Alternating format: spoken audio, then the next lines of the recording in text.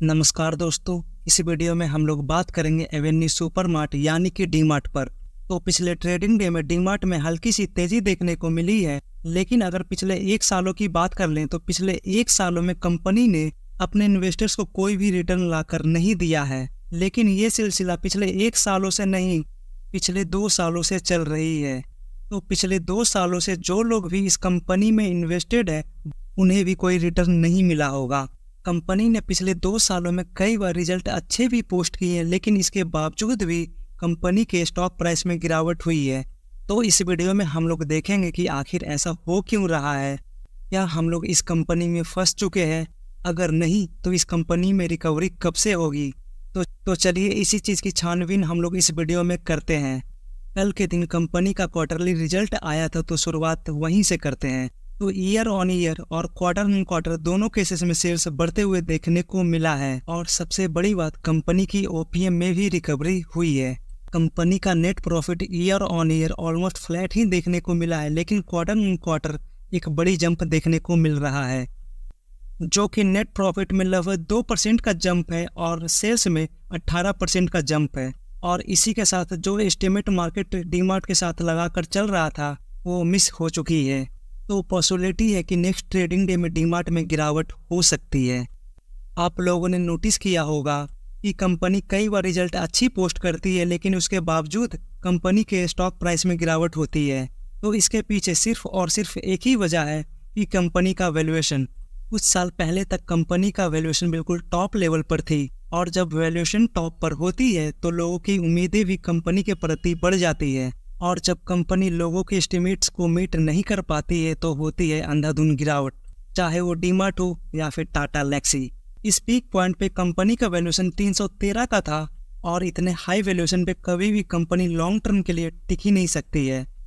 पिछले 5 सालों का एवरेज पीई वैल्यू देखें, जो कि 123 का है, और करेंटली स्टॉक 104 के पीई पर ट्रेड कर रहा है।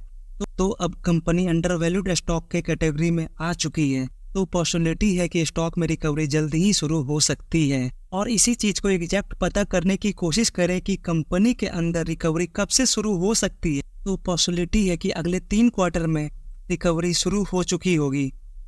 तो चलिए देखते हैं कि इसके पीछे लॉजिक क्या है। तो जब कंपनी की कंपैरिजन एक स्मॉल बेस के साथ होगी तो ग्रोथ खुद ही बहुत ही बड़ी लगने लगेगी, और यही चीज मार्च 2023 के प्रॉफिट में देखने को मिल रहा है। तो जब मार्च 2023 की कंपैरिजन मार्च 2024 के साथ होगी तो 460 करोड़ का बेस बहुत ही छोटा लगेगा। तो इस बेस की तुलना में ग्रोथ काफी ज्यादा बड़ा नजर आएगा। और दिसंबर 2022 को देखें तो इस ईयर भी थोड़ी सी कमजोर बेस देखने को मिल रही है, और इसी बीच में कंपनी का ओपीएम भी काफी ज्यादा कम नजर आ रहा है।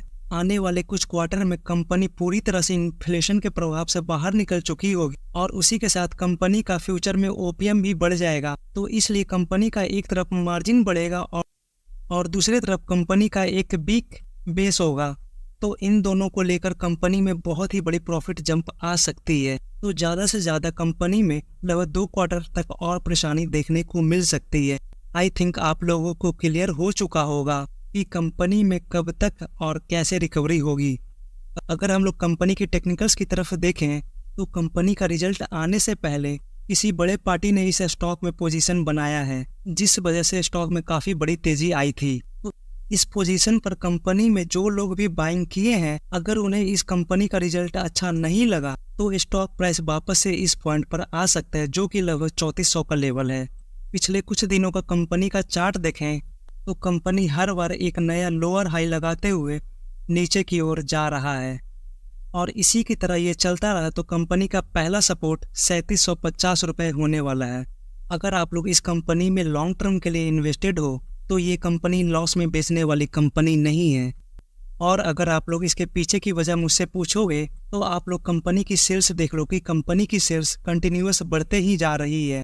बीच बीच में कभी कभी हल्की सी गिरावट देखने को मिली है, और वो भी तब जब मार्केट में इन्फ्लेशन और रेट हाइक हो रही थी। तो अगर मार्केट नॉर्मल होता तो ये नंबर और भी ज़्यादा अच्छा हो सकता था।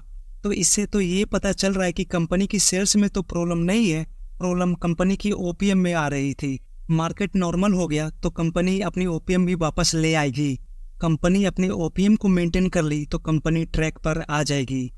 इससे ये तो क्लियर हो गया कि कंपनी बुरी नहीं है, कंपनी का वक्त बुरा चल रहा है। और इसी के साथ इस वीडियो को एंड करते हैं। Thank you for watching.